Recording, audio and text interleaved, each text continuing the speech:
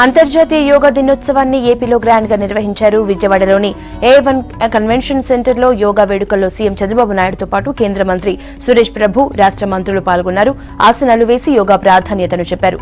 ఆత్మ పరమాత్మను కలిపేదే యోగా అన్నారు చంద్రబాబు. యోగాతో అనారోగ్య, మానసిక సమస్యల్ని జయించొచ్చని అన్నారు.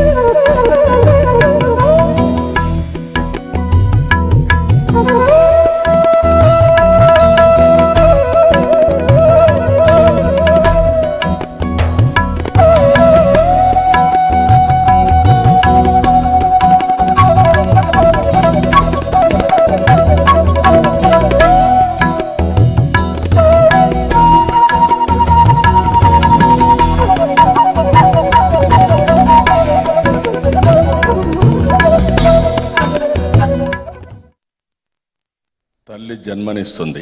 జన్మభూమి మనకు కావలసిన వసతులు ఇస్తుంది. అదే మరికి అవసరాలను తీరుస్తుంది. యోగా జీవిత విధానాన్ని, ఆనందాన్ని మనకిస్తుంది. ఆ విషయం మనం గుర్తుపెట్టుకోవాల్సిన అవసరం ఉంది.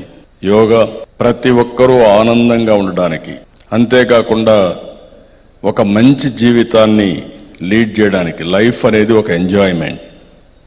కానీ జీవితాన్ని బ్యూటిఫుల్గా ఎంజాయ్ చేయాలనుకుంటే ఏ పనిలోనైనా ఆనందం ఉంటుంది. అలాంటి ఆనందాన్ని ఇచ్చేది ఈ యోగా అని చెప్పి కూడా మీ అందరికీ నేను విజ్ఞప్తి చేస్తున్నా. ఎప్పుడు కూడా యోగాలో మీరు చూస్తే ఆత్మ, పరమాత్మ ఈ రెంటిని కలిపేదే యోగా.